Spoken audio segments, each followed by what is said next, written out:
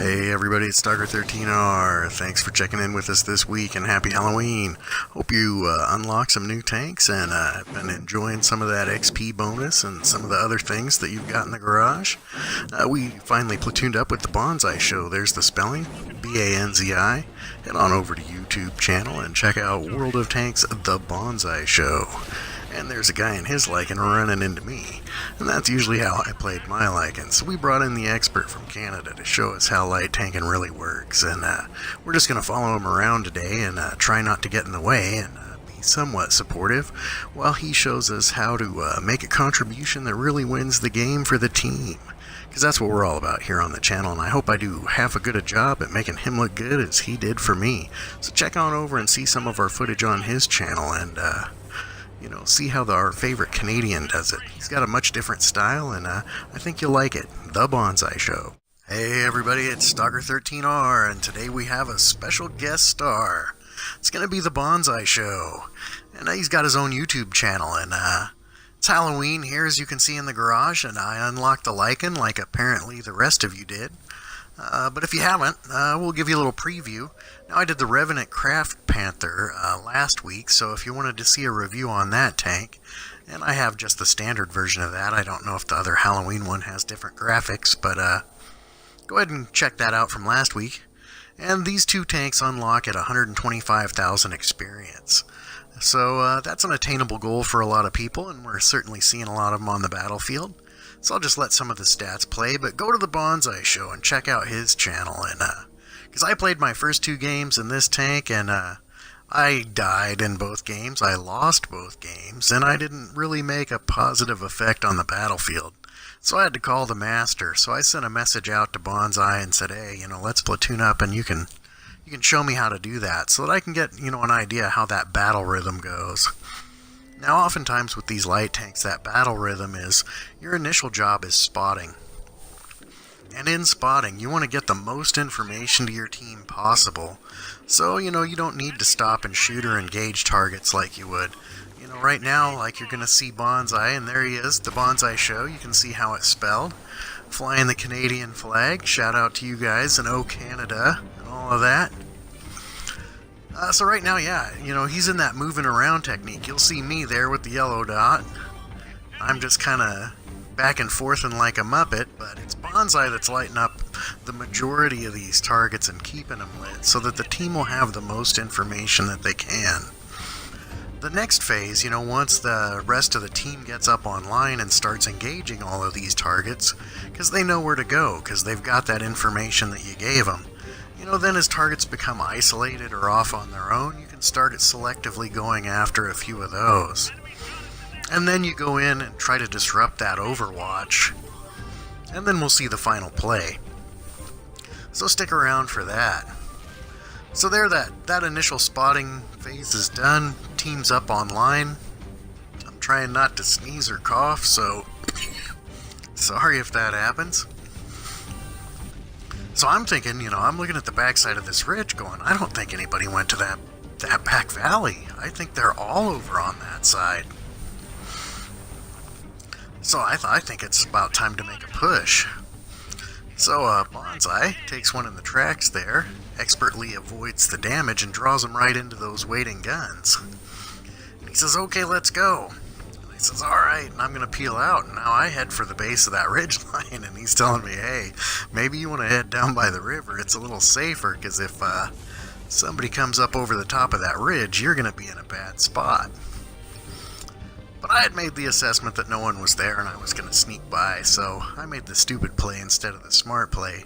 Here's where I tried to get back into my footage, but I couldn't find it. So instead of editing that part out, I just left it in, because that's the quality you get for no commercials and no Patreon. So that was me putting those rounds into that guy. He was calling out. We're going to move up now. So now, we've got that isolated target out of the way. We're up on that oblique angle. And now it's time to disrupt their overwatch. So Banzi is going to move in here, and he's going to make sure that these big guns can't just sit in place and take that 3.5 seconds to aim in that big gun and get that big alpha damage going. So even just getting spotted right here, That's enough to get them to turn their barrels or back down off that ridge. So I moved in on this guy and I missed 1, 2, 3 shots, and Banzi had to come to my rescue here and shoot this guy in the engine for a brew up and put him out with a fire. So that saved my bacon. I really appreciated that. And now he's going to go back over and make sure that they're not getting online and doing any real damage. So now we talked about, disrupting that line, keeping their guns off. But now our team's about to just envelop this other team, and we've got people shooting at those Overwatch or campers, depending on your definition. So now he knows it's late in the game. I've got 12 pens. I've got to kill. I've got to get these guys to turn their barrels as our team is coming around the corner. So that instead of shooting at our team coming around the corner, they focus their attention on him. Now that goes one way for the recon tanker, but it was his sacrifice that allowed us to get over that ridge safely and shoot him in the side of the turret rather than be looking at their guns. And that was great. In the next battle, he'll be the one that lives to the end and saves the day and wins the game. But on this channel, we always talk about that strategy and who actually made the play that won the game. And it's that guy that gets in there oftentimes and makes that sacrifice, like Banzi just did, that actually got them to turn their barrels. So here we are, moved up that valley, and I got that target. Here's Banzi going back for the Overwatch line to disrupt them and make sure they're not shooting at our team. But yeah, so often it's that guy that makes that play that enables everyone else to get the damage, to get the kills, that actually wins the game. Oh, that's a big guy. Do you think we can punch his armor? Well, in here in just a little bit, we're going to find out. Now, I can't let this guy go in on Banzi, but I miss 1, 2, 3 shots, and now I'm on the reload out in the open. Fortunately, Banzi's there to save my bacon. I'm going to tuck back here and hang out on the hill for a while. But yeah, so it's the guy that makes that play that gives everyone else the opportunity to do that damage that actually wins the game. And when we talk about focusing on that team strategy or that overall map positioning, because you can see this guy, instead of looking down this valley here and shooting at the guys that are trying to push on their tanks, he's got his turret faced the wrong way, and he's chasing around some guy in the backfield. So he's not doing his job as an Overwatch.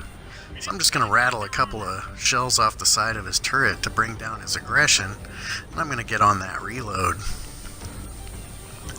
But even just disrupting them from doing their job, it allows the rest of the team to deal with those targets that are down in the valley without having to, face that, stick their nose out to shoot at a guy in the valley, and then you get hit for high alpha damage from the Overwatch. So, keeping everybody distracted will help keep our team DPM on just a little portion of their team, and then a little more, and we'll always have more DPM than they do. So it's guys making those aggressive plays that make that possible, because here I'm shooting that IS-5 in the back, and that was because they were all looking the wrong way, because Banzi went in and did the right thing. Like I say, he's going to be the hero in the next battle, so don't think I picked this one because I lived to the end, because I'm just back here trying to catch up on damage. You can see I'm only up to 9 penetrations and 6 spotted, so I think he might have had me on total damage here. And I'm making the safe play, and he made the play that allowed us to win this game. And that's really the point of our channel, as always. It's not about whether or not you got a Devastator medal, or whether you got, the maximum kills or ace tanker. It's, did your team put a win on the board? And today he helped us do that. So we had 4 rounds left in the clip. I wasted 1. Can I get one more in on this big guy? Look at that. So if you're worried about whether or not that penetration's going to be enough, that's a big target. And I just put one right through it. So I missed that shot because I'm a Muppet, but I got one more. Can I get the kill?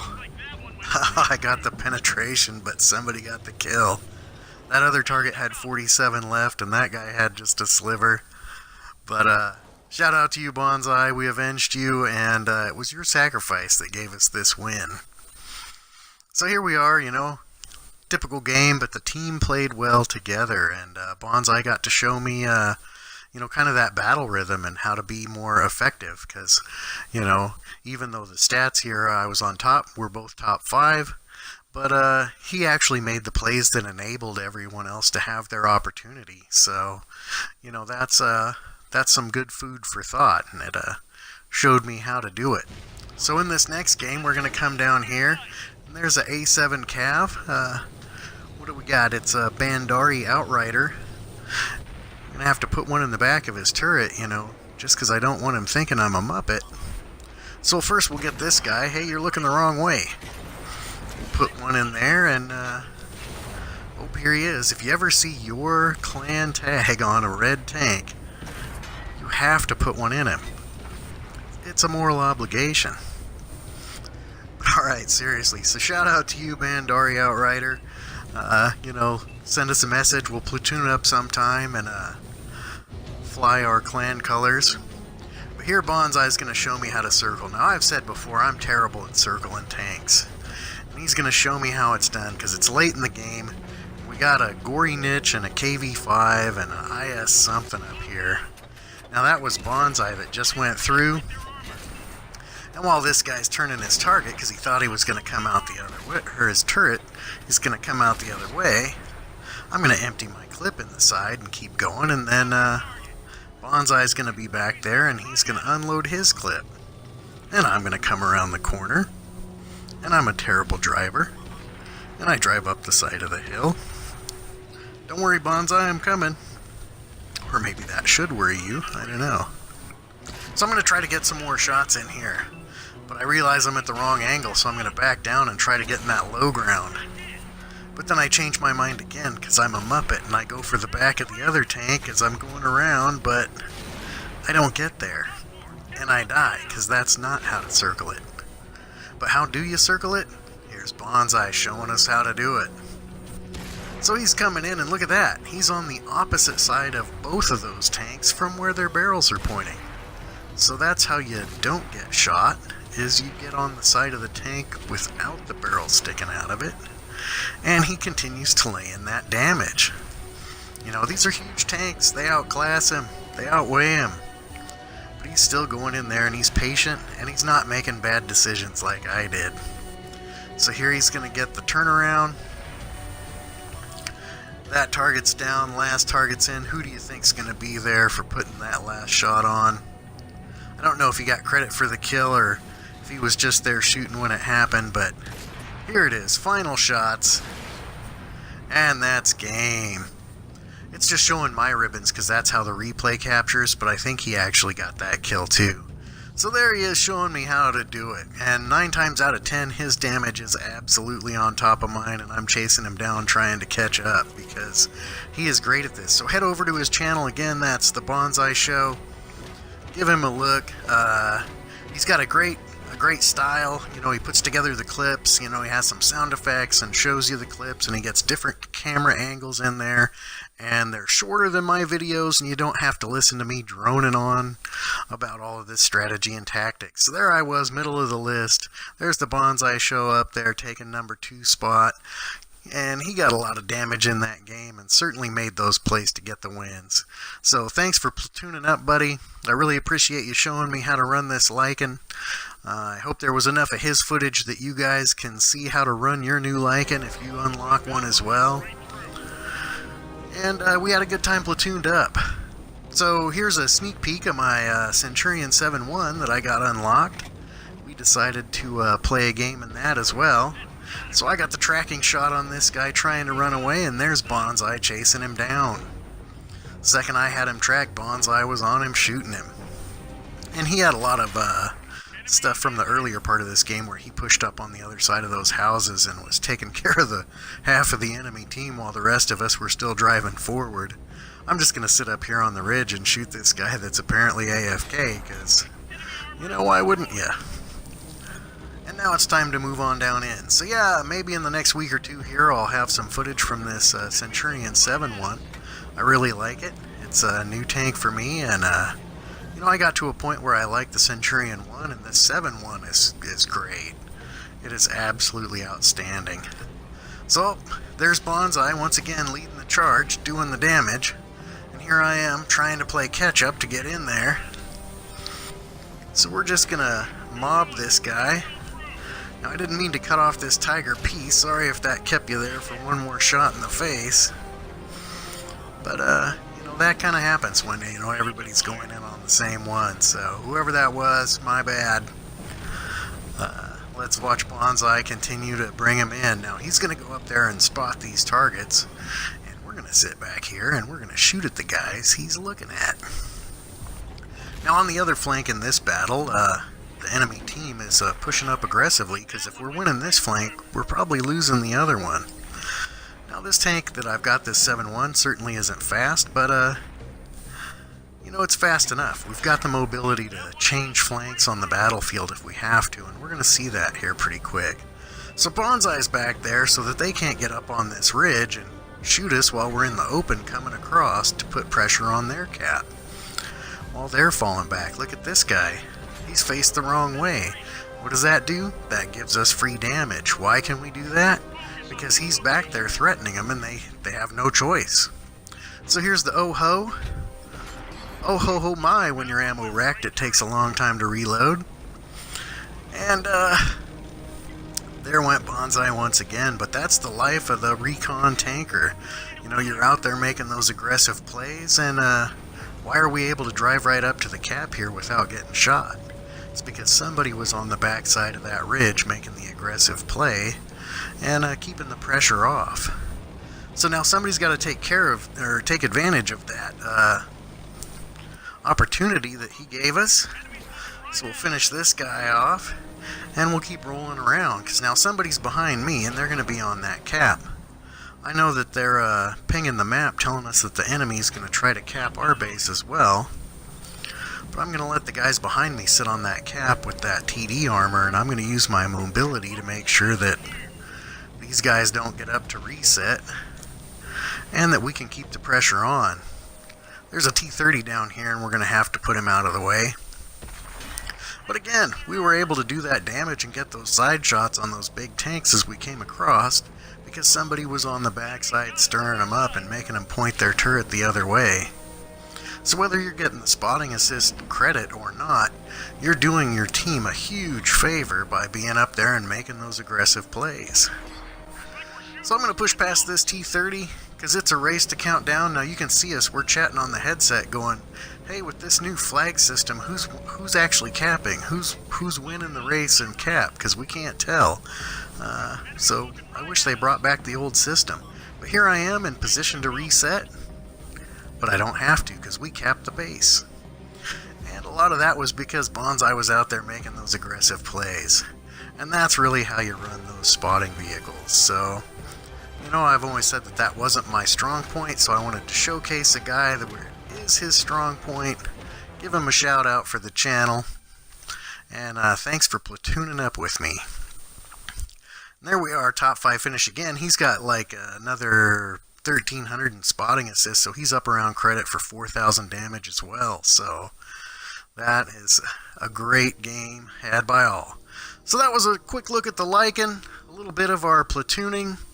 Don't forget to stop by The Banzi Show, Banzi, and hopefully there will be a link in the description that you can just click on, but I'm not good at that.